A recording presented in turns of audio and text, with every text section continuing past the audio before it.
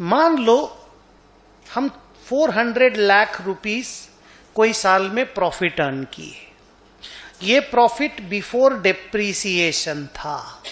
Before depreciation हमने एक asset खरीदा 200 लाख का।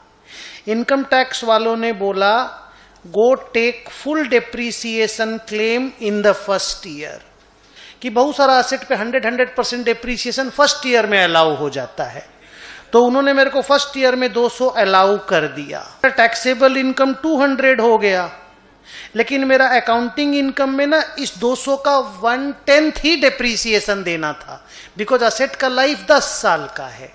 तो हम 1/10 डेप्रीसिएशन अकाउंट्स में देंगे, प्रोराटा और ट्रू एंड फेयर और as per the useful life और as per the pattern of consumption. तो हमने खाली 20 का डेप्रीसिएशन दिया, तो मेरा अकाउंटिंग इनकम आया 380। क्या आप अकाउंटिंग इनकम और टैक्सेबल इनकम समझ पाए? ना बोलने का तो हक ही नहीं है। जो नहीं सुना होगा वो नहीं समझ पाएगा, नहीं तो हम एकदम इजी बात बोले हैं। अभी निर्मला जी हमको क्या बोल रही है?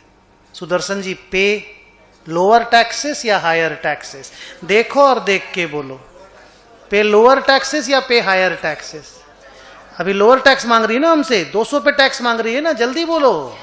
380 पे तो नहीं मांग रही है, लेकिन साथ में ये भी मालूम है कि अगला साल मेरा डेप्रीसिएशन जो हम पीएल में डेबिट करेंगे वो इनकम टैक्स वाला हमको अलाउ नहीं करेगा।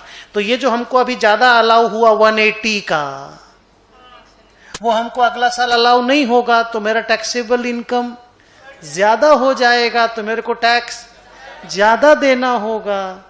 ये जो टैक्स ज्यादा देना होगा ना, उस अमाउंट का नाम है डेफर्ड टैक्स लायबिलिटी।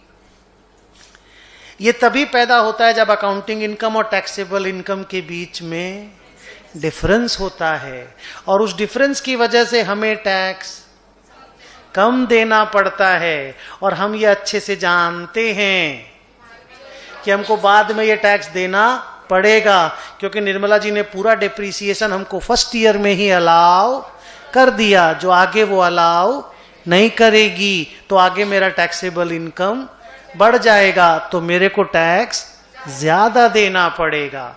वो ज्यादा जितना अमाउंट होता है ना, that is called deferred tax liability.